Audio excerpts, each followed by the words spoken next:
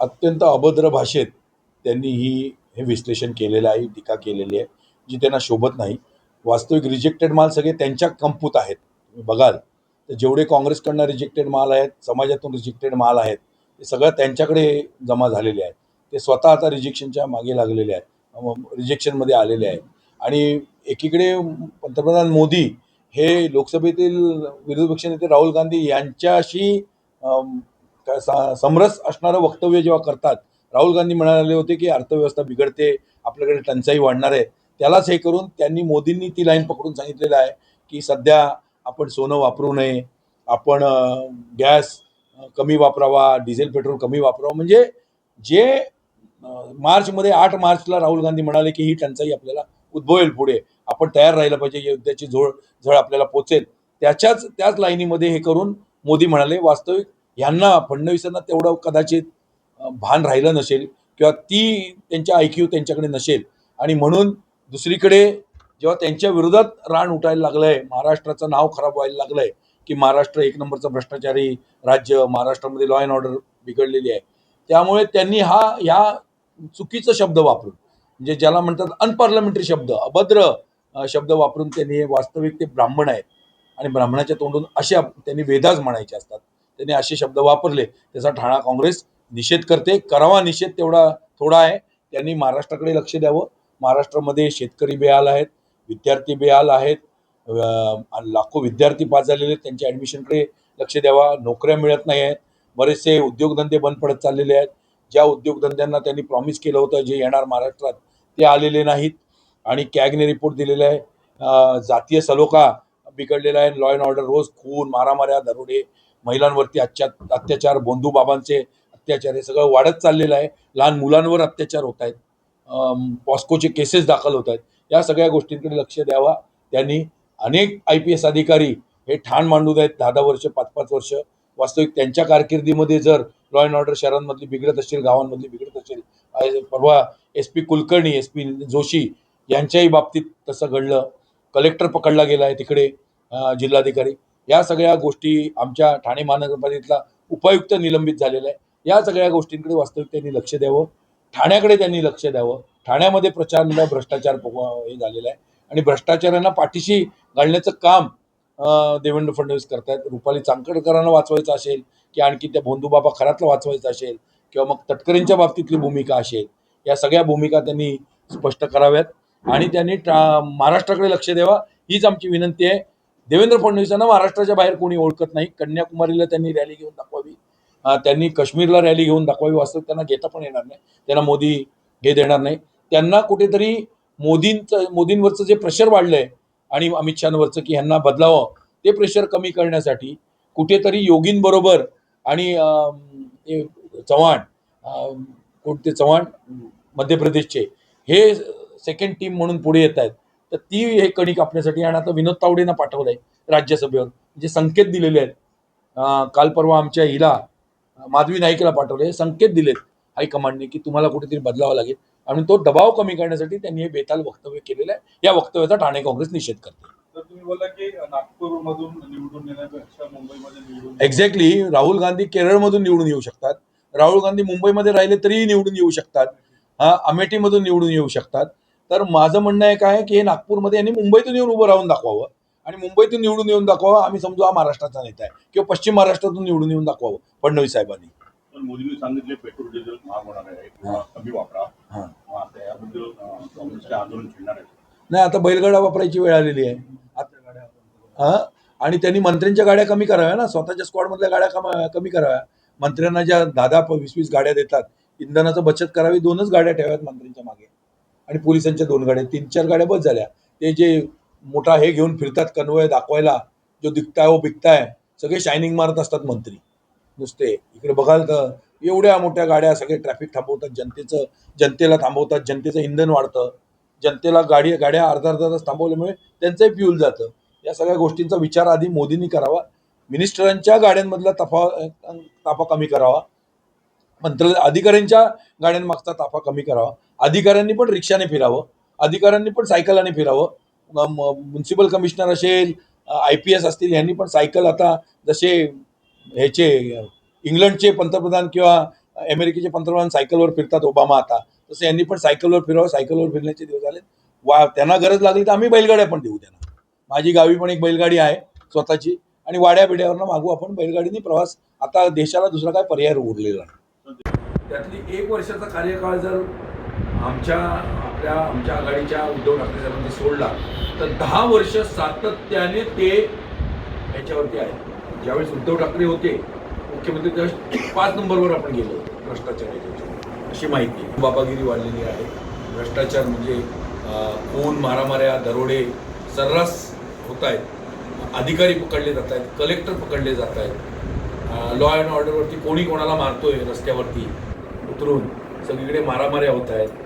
गुंड पोचले जात आहेत, गुंडांकडे रिव्हॉल्वर्स मिळत आहेत, राजकीय पुढारी गुंड घेऊन फिरत आहेत. त्यामुळे लॉ अँड ऑर्डर पण ढासळलेली आहे. आणि म्हणून हे घेतलंय मुख्यमंत्री मोदींनी आणि अमित शहानी. आणि असं आम्हाला ऐकवत आलंय की देवेंद्र फडणवीसांची बदलाची वारी सुरू झाली. खुर्ची डळमळीत वरच्यांचं असं आम्हाला जो रिपोर्ट मिळाला की वरच्यांनी ठरवलंय फडणवीसांना बदलून केंद्रातला एक नेता महाराष्ट्रात पाठवा.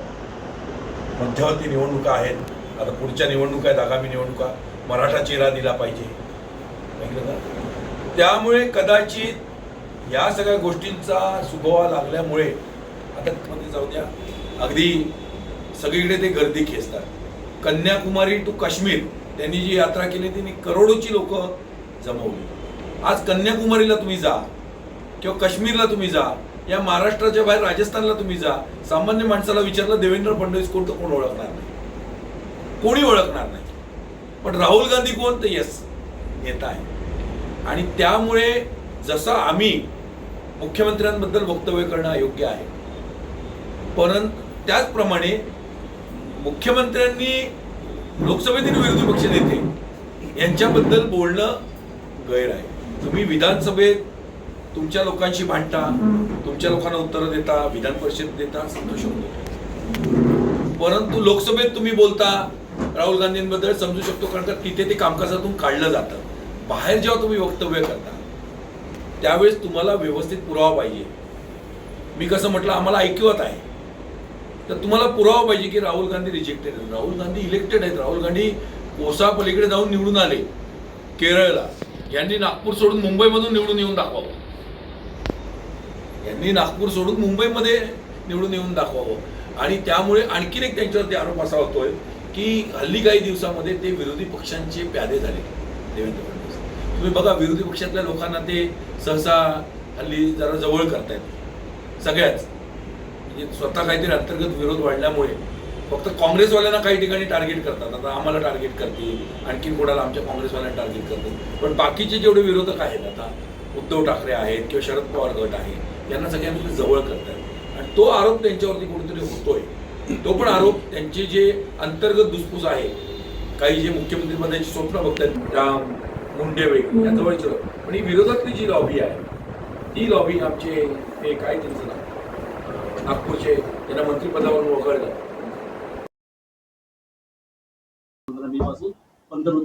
परदेशी दौऱ्यावर जात आहे, त्याबद्दल म्हणजे कशासाठी उद्धव ठाकरेंनी राज ठाकरेंनी ट्विट केलंय? 15 तारखेपासून उद्धव ठाकरेंनी आणि राज ठाकरेंनी त्यांच्या भूमिकेवर ठाम राहावं, आमची एवढीच विनंती आहे. की त्यांनी कधी मुख्यमंत्र्यांना भेटायला जाऊ नये, त्यांनी कधी त्या मोहित कंबोजला भेटायला जाऊ नये, नको ते धंदे करू नये. ऐकलं, आमचे राहुल गांधी कसे कोणाच्या मागे जात नाहीत, रिलायन्सचे पण लग्न झालं जात नाही, ऐकलं, आणखी कोणाचं लग्न झालं जात नाहीत. ते भूमिकेवर ठाम असतात. काँग्रेस भूमिकेवर ठाम असते. त्यांनी त्यांच्या भूमिका वारंवार बदलू नये. कारण आम्ही त्यांच्याबरोबर त्यांच्याशी आम्ही समरस आहोत. मोदींनी सांगितलं होतं की लोकांनी परदेश दौरे केले, त्यांनी ट्विट केले, त्याच्यावर काय तुमचं? स्वतः मोदी परदेश दौरा करतायत. त्याच्यासाठी सक्षम आहेत आमचे राहुल गांधी, बोलतील. आणि ते जर मोदींनी जर असं म्हटलंय की परदेश दौरे करू नये आणि आता स्वतः जात आहेत, तर त्याचा आम्ही निषेध करतो. सामान्य माणूस म्हणून, ठाणे काँग्रेसचे अध्यक्ष म्हणून, की आमची ही भावना आहे की तुम्ही जेव्हा दुसऱ्यांना practice before you preach, charity begins at home, स्वतः पहिला आचरणात आणा. तुम्ही परदेश दौरे रद्द करा, परदेशातल्या लोकांना येऊ द्या ना तुमच्याकडे. तुम्ही एवढे सक्षम बना. स्वतः भारत देश इंदिरा गांधींनी एवढा सक्षम बनवला होता, राजीव गांधींनी आणि नेहरूंनी, की इतर देशाच्या लोकांना आपल्याकडे यावं लागायचं. आता आपणच फिरतोय सगळीकडे. त्यामुळे ही केविलवाणी परिस्थिती आहे. पाकिस्तानसारखा देश मध्यस्थी करतो अमेरिका आणि इराणमध्ये, आणि ज्याच्या आपण पायऱ्या झिजतो, हे करतो, चपला उचलतो, ट्रम्प त्याने आपल्याकडे दुर्लक्ष केलं, त्याने पाकिस्तानला घेतलं मध्यस्थी करायला, आपली इज्जत काढून टाकली त्याने भारताची. बघा, एकीकडे तुम्हाला शिक्षकांचे पगार द्यायला पैसे नाहीत, शाळा तुम्ही बंद करताय पटसंख्येच्या अभावी, तुमच्याकडे शेतकऱ्यांना द्यायला पैसे नाहीत, बरोबर आहे. तुमच्याकडे जे आंब्याचं जे नुकसान झालंय कोकणामध्ये, किंवा खरीप आणि रॅबी पिकाचं जे नुकसान झालं अवकाळी पावसामुळे, ते द्यायला तुमच्याकडे पैसे नाहीत. आणि तुम्ही कुणीकडे नको त्या गोष्टी, कुंभमेळा झाला पाहिजे, पण कुंभमेळ्यावर 35,000 कोटी खर्च करण्याची काही गरज नाही. महाराष्ट्राची ती स्थिती नाही, केंद्राची सध्या स्थिती नाही, आपण कर्जामध्ये डुबलोय. 35,000 कोटीच्या तुम्ही शाळा बांधा, हॉस्पिटल्स बांधा, 35,000 कोटीचे रस्ते करा तुम्ही, 35,000 कोटी मधले 5-10 हजार कोटी तुम्ही शेतकऱ्यांना द्या, काय महिलांना द्या, लाडक्या बहिणीची योजना आणखीन बळकट करा, 1,500च्या ऐवजी 3,000 द्या, 5,000 द्या, उद्योग आणा, ह्या सगळ्या गोष्टी करा ना. 35,000 कोटी कुंभमेळ्यावर घालून काय होणार आहे मला सांगा. सर, पंतप्रधान मोदींनी सोनं 1 वर्षभर तरी किंबहुना विकत घेऊ नये, खरेदी करू नये असं त्यांनी सोनं आता त्यांनी घेऊन ठेवलेलं आहे, सगळ्या त्यांच्या नेत्यांनी फिरून. आता त्यांचं असं म्हणणं आहे की आम्ही सोनं घेऊ नये, आम्ही सोनं घेणार, आमच्या पोरी बहिणीची लग्न कशी करणार आम्ही? आमच्यामध्ये, आपल्या महाराष्ट्रामध्ये मुली बहिणीची लग्न करायला सोनं लागतं. बायकोच्या अंगावर जर सोनं नसेल, मंगळसूत्र नसेल किंवा नसेल तर कसं चालेल? सोनंही लागतं. मराठी माणसाचा दागिनाच सोनं आहे, मराठी माणसाची संस्कृतीच सोनं आहे. त्यामुळे सोनं आम्ही घेणार, ते काय आम्ही मानणार नाही. सर, उद्धव ठाकरे आणि राज ठाकरे